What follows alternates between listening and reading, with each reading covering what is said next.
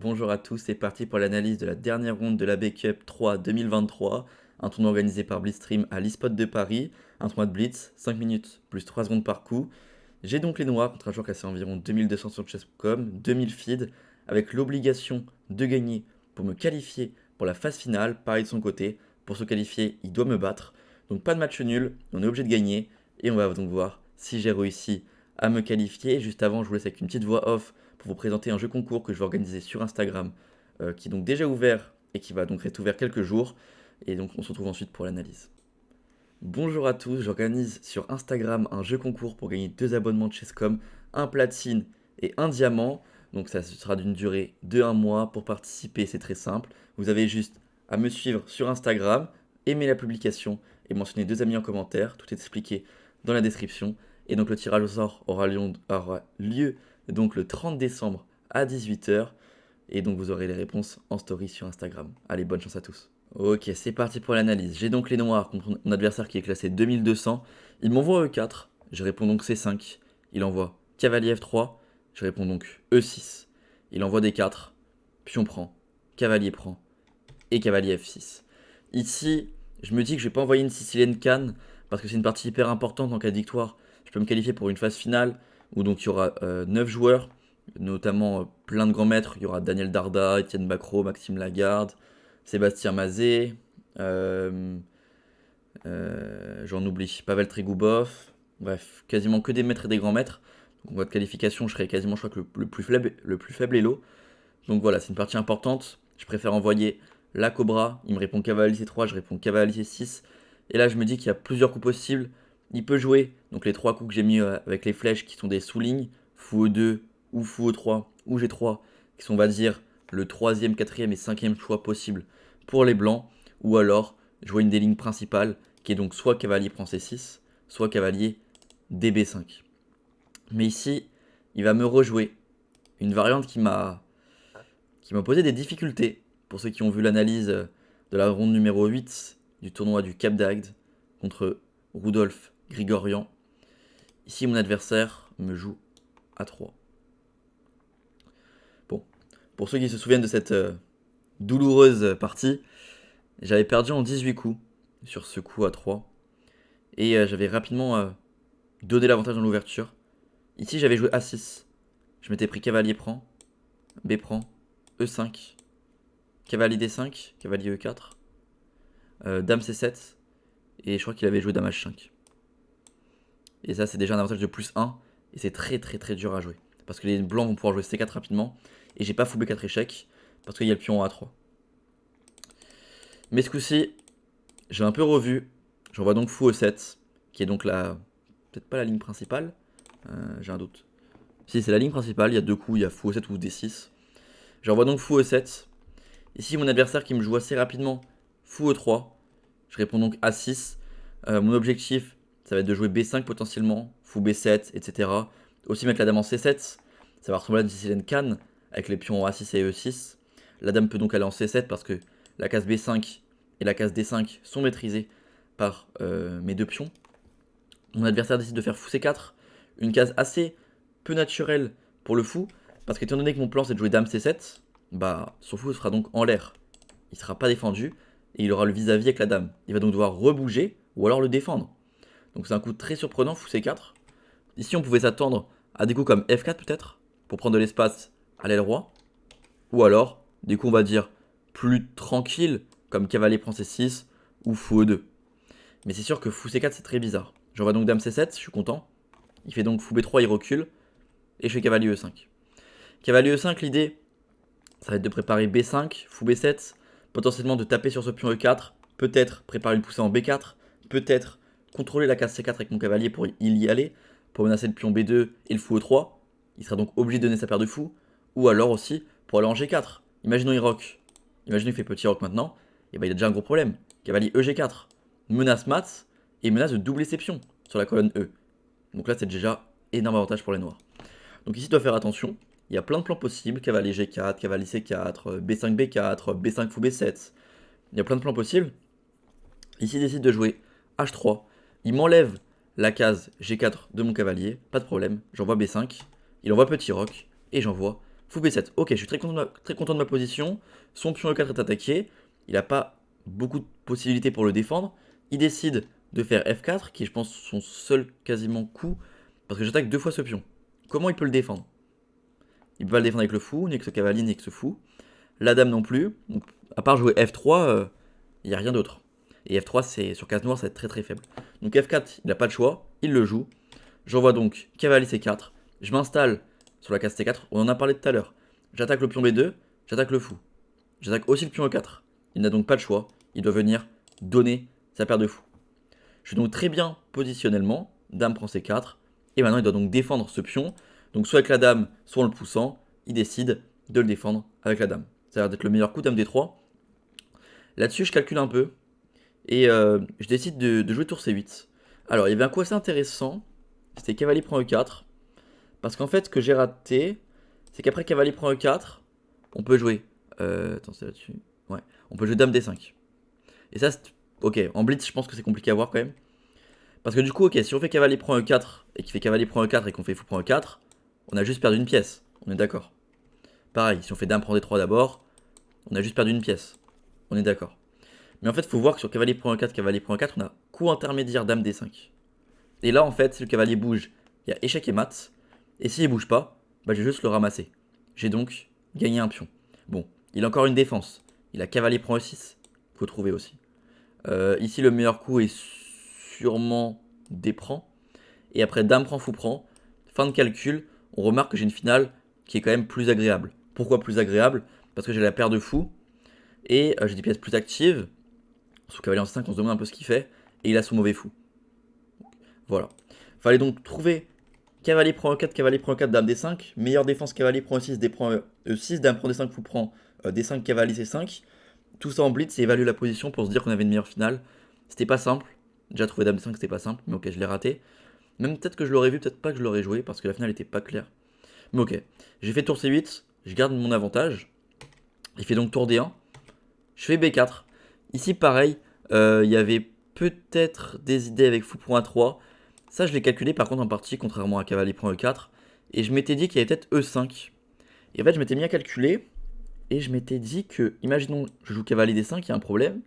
Il y a déjà prise. Je reprends donc de la tour pour garder la pression sur le cavalier. Et là-dessus, il y a cavalier prend. Ouais, ça. Donc, cavalier prend, prise. Ouais, cavalier prend D5. Je dois donc reprendre et il reprend. Alors, pareil, je l'ai pas dit, mais pourquoi sur fou prend A3, je reprends pas directement avec les blancs? Parce que je vais juste gagner un pion. Donc là, les noirs ont gagné un pion. Donc fou prend A3, la meilleure défense que j'avais vue, c'était E5. Et je m'étais dit que si je bouge mon cavalier, je vais avoir des problèmes. Même si je vais en G8, je vais avoir des problèmes. Cavalier G8, ça a pas l'air très beau. Il y a déjà cavalier prend E6, avec des problèmes sur le pion D7. Donc je savais pas trop quoi jouer. J'ai vu fou prend A3, E5 et j'ai arrêté de calculer. Et en fait, ce que j'ai raté, c'est qu'on peut faire fou prend B2 intermédiaire, encore une fois ici. Et maintenant, s'il prend, bah, je vais juste ramasser là. Et là, pardon. D'abord la dame, pour éviter les problèmes. Il va donc reprendre, et je vais reprendre. Il prend G7, et ça. Et ici, j'ai donc un pion de plus, et un deuxième qui arrive. Donc j'ai aucun souci. Donc en fait, sur fou prend A3, E5, il y avait donc fou prend B2. Et j'avais aucun souci. Donc j'ai raté ça. J'ai donc fait B4. Il fait donc pion prend, fou prend. J'ai quand même une très bonne position avec la paire de fous. La pression sur ce pion E4 et sur le clouage. Enfin, l'élimination du défenseur. Il fait donc E5 pour s'enlever du problème. Bon, j'ai plus trop le choix. Je fais donc fou prend C3. Il prend ma pièce. Je reprends la pièce. Alors ici, je peux pas juste reprendre le pion parce que je perds juste une pièce. Hein. Bien sûr, ici c'est une pièce de moins pour moi. Donc je suis obligé de soit là-dessus prendre sa dame, soit prendre sa dame. J'ai pas le choix. Ici, j'ai décidé de faire fou prend D4, mais c'est mauvais. Ici, le bon coup à faire, c'était dame prend D3. Bon, ici, il a pas tellement de choix. Tour prend, on va dire. Et là-dessus, soit x5, ouais, x5. Et en fait, maintenant, quand il va prendre, on va faire ça. L'idée, en fait, c'est qu'on va récupérer avec la tour et qu'on va avoir paire de fou pour la finale. Et encore une fois, c'est des finales un peu mieux pour moi parce que j'ai la paire de fou. Mais encore une fois, c'est encore compliqué à gagner. Mais du coup, moi, j'ai fait fou prend D4. Et j'ai raté qu'il y avait pion prend G7 qui était très bien intermédiaire. Pour moi, c'était pas grave pion prend G7. Je m'étais dit, dans mon calcul, qu'il y avait prise. Non, je m'étais pas dit ça. Je m'étais dit fou prend G7. Et en fait, j'avais juste oublié qu'il y avait dame prend D7. Donc ici, quand il fait E5, je me dis, si sur fou prend C3, pion prend F6, je vais juste ramasser le cavalier. S'il reprend la pièce, bah, je vais reprendre. Et j'ai donc gagné du matériel. Et s'il fait pion prend G7, bah je reprends du fou. J'ai donc une pièce de plus. Mais j'ai oublié qu'à la fin, comme le cavalier a bougé, comme j'ai ramassé tout comme ça, qu'il y avait le pion D7 qui était attaqué. Et derrière, je perds la partie. Donc en fait, il fait pion prend, je ramasse là. Bon, bien sûr, s'il aurait fait pion prend G7, s'il avait fait pion prend G7, j'allais pas reprendre le pion. Là, je m'en serais rendu compte et j'aurais sûrement improvisé, peut-être dame prend D3, pion prend intermédiaire, et peut-être que j'aurais joué cette finale. C'est pas dramatique. C'est pas dramatique. J'ai quand même fou et pion contre tour, avec la paire de fous. Ce pion est très faible. Il y a encore des chances de gain de mon côté, je pense. Mais ok. Ici, il fait fou prend D4. Je fais donc dame prend D3, il fait pion prend D3, pion prend F6, fou prend F6 et tour G8. Ok, on arrive là-dedans. Je me dis, je pense que je suis encore un peu mieux peut-être. Fou tout le reposer. Il y a de grandes chances de faire un match nul. J'attaque son pion G2. Il a plus d'îlots. Ok, non, on a le même nombre d'îlots de pions, mais je trouve que sa structure est moins forte. C'est moi qui ai les colonnes ouvertes. Je me dis que j'ai plus de chances de gain. Mon roi est déjà centralisé. Je me dis que j'ai plus de chances de gain. Et je me dis aussi une chose. Si on fait match nul, il y a 95% de chances qu'on soit tous les deux éliminés. Donc pour lui et moi, on n'a aucun intérêt à faire match nul. Donc je me dis, ok, déjà il rentre dans cette finale-là. Je pense pas qu'il va vouloir faire nul. Ça n'a aucun intérêt. Donc dans tous les cas, on va devoir forcer, forcer, forcer. Et à la fin, un de nous deux va gagner et va se qualifier. On n'a pas le droit de faire match nul. Ce serait bête. Il fait donc tour D2. Il m'empêche de rentrer en C2. Il défend aussi son pion G2. Je fais donc D6 pour ramener mon roi au centre. Il fait tour E1, je fais tour C5. J'essaie d'empêcher F5. Il fait fou C3, je fais roi D7. Il fait tour F2, je fais fou D5. J'améliore ma position. F5, E5. J'échange pas de matériel. J'ai pas envie de faire nul. D4. Il commence vraiment à vouloir échanger. Pion prend, fou prend. Tour C7. J'ai plus que 4 pions, ça commence à être chaud. Fou F6, il menace de rentrer ici. Tour E8, pas le choix. Si je le laisse rentrer, je suis perdant. Donc là, il fait tour là, il veut doubler. Malheureusement, je peux pas laisser. Je peux pas faire tour C8. Sinon, il va tout échanger, c'est nul. Je vais donc tour prend. Tour prend et roi, roi C6. Je me dis qu'en fait, s'il fait tour C2 échec, je ferai roi bouge. Et là, c'est impossible qu'il prenne. Parce que je me dis que s'il prend, ça c'est juste 100% match nul. Franchement, même à l'aveugle, je pense que je la tiens. Et de son côté, pareil, à l'aveugle, je pense qu'il la tient. Donc en fait, il n'y a aucun intérêt à faire tour C2. Donc je me dis, enfin, il est en position de se qualifier, il va jamais jouer tour C2, ça n'a aucun intérêt en fait. Ici, on veut tous les deux jouer pour gagner. L'ordi met même qu'il a un léger avantage. Donc j'ai 4 îlots de pions, 4 pions isolés. Il a donc. Enfin, c'est pas du tout logique de faire tour C2.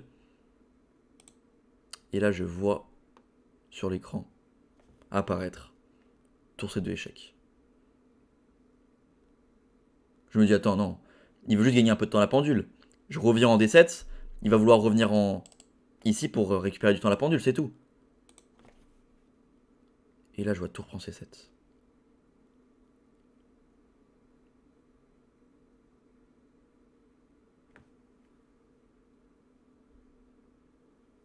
J'étais tellement énervé quand j'ai vu tour prend C7. Mais bon, c'est le jeu. Donc roi prend C7.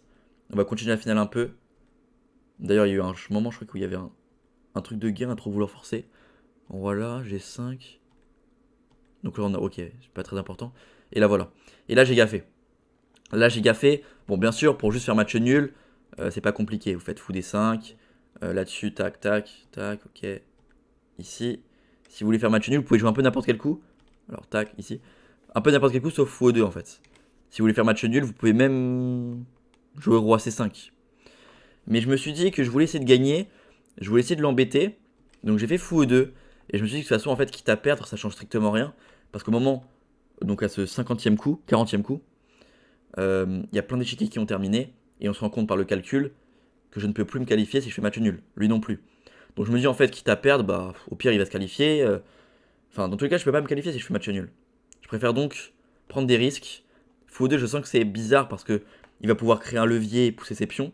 Mais je me dis que de toute façon, enfin, si j'attends, il va attendre aussi, on va faire match nul, il n'y a aucun intérêt. Du coup, j'essaye de créer des choses. Il fait G6, je fais pion prend. Il fait pion prend. Je fais pion prend. J'ai pas le choix en fait, sinon il va juste aller à dame. Et là, il fait H6. Mais H6 pour moi, ça gagnait pas. Parce que je me dis que sur H6, je vais juste faire G5. Il va récupérer le pion et je vais faire fou D3. Mais le magnifique coup que j'ai raté, c'est qu'après toute cette manœuvre, où il donne le pion, et il pousse le pion à 6 et que je fais G5, il a un seul coup qui gagne, c'est Roi E3. Et ça, je l'ai raté. Parce que du coup, il contrôle la case D3. Je peux plus venir défendre le pion. Et ça, c'est abandon. Si je bouge le fou, il pousse et promotion. Si je fais Roi là, il pousse et promotion. Heureusement pour moi, il rate Roi E3. Il fait Roi prend. Mais encore une fois, en fait, je pense qu'il était tellement dans l'optique de faire match nul qu'il a même pas voulu essayer de regarder les coups gagnants. Il a échangé les pièces et il a échangé les pions et je pense pas qu'il regardait trop les autres coups. Je pense que le match nul lui convenait en fait. Donc Roi prend G5, Fou D3, et après ok.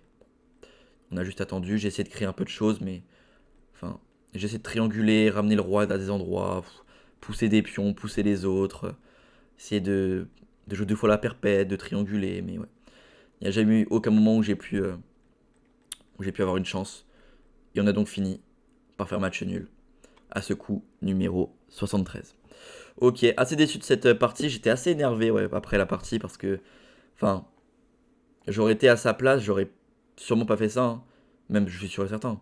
Même si en face c'est Carlsen, je pense que j'aurais jamais fait ça dans le contexte de la partie. On joue pour se qualifier tous les deux à la dernière partie. Ça me fait un peu penser aux parties quand j'étais plus petit, championnat d'Île-de-France pour se qualifier au championnat de France. À chaque fois, dernière ronde, on était plein à 6 sur 8 et la qualification elle était à 6,5 sur 9. Et t'avais tout le monde qui s'arrangeait pour faire match nul. Et t'avais tous ceux à 5,5 sur 8 qui devaient absolument gagner. Et je me rappelle une année, il y a un pote à moi qui avait joué son adversaire qui était moins bien classé. Et son adversaire avait préféré faire match nul et tout fermer pour gagner 8 points Elo que jouer une qualification au championnat de France. Donc voilà, c'est à peu près la même chose là. Bon, après l'Elo sur Internet, je pense qu'il s'en fout, c'est pas ça le problème. Mais, euh, mais ouais, franchement, j'étais assez déçu, c'est dommage. Limite, j'aurais préféré perdre et qu'il se qualifie que faire match nul. C'est un peu un résultat bête dans le contexte de la partie, mais bon. C'est comme ça, on va faire le bilan de partie. Donc je termine au final 11ème du tournoi, à 2 places de me qualifier. Mais bon, c'était quand même un bon tournoi. Il y a aussi Alexandra Kosteniuk du coup qui rate la qualification. Elle termine 10ème juste devant moi. C'est les 9 premiers qui se qualifiaient. À la dernière ronde, elle perd contre Daniel Darda. Elle n'a pas eu un appariement facile. On va voir. J'ai eu combien de précision sur cette partie. Je pense que c'est assez haut hein, parce que pas grand chose. Ouais. 93.4, ça a été égal toute la partie. Il y a juste le moment dans la finale du coup que je vous ai dit. Mais l'ouverture est plutôt bien. J'ai pris quand même l'avantage dans l'ouverture. Hein. J'étais quasiment à moins 0,5, moins 1 tout le milieu de jeu. Et à partir de là, ouais. Donc là, il rate pion prend le 7. Et là, après la finale, je suis toujours un peu mieux. Toujours genre moins 0,20, moins 0,50. Mais j'arrive jamais vraiment à prendre l'avantage. Et ça finit par échanger là avec les deux paires de tours. Et là, donc, ça passe égal. Et à partir de là, il n'y a plus grand chose. Jusqu'au moment où donc je gaffe. Il rate donc le gain avec Roi E3 ici. Il rate Roi E3. Et à partir de là, ok, il n'y a plus rien. Jusqu'au bout. Ok. Ok. Bon bah fin de l'analyse de ces parties de la backup. J'espère que ça vous aura plu. Voilà, c'est pas des parties longues, mais bon, je pense que c'était quand même intéressant les parties. Et donc, on est donc le 24 décembre. N'hésitez pas encore une fois à aller me follow sur Instagram pour le jeu concours. On en a parlé au début de la vidéo. Il y a donc 2 abonnements de Chess.com à gagner, un platine et un diamant. C'est très simple. Il faut juste vous rendre sur mon Instagram, liker la publication, vous abonner à mon Instagram et mentionner 2 amis en commentaire. Et vous pourrez participer donc au concours. Voilà. Sinon, dans les prochains jours, il y aura 2 analyses de National 1 adulte qui vont sortir. Et ensuite, le tournoi de Béthune que je joue du 26 décembre au 30 décembre. Un fort tournoi, j'espère que ça va bien se passer. Et donc, vous aurez tous mes résultats sur YouTube. Allez, bonne fin de journée tout le monde, bonne soirée. Ciao.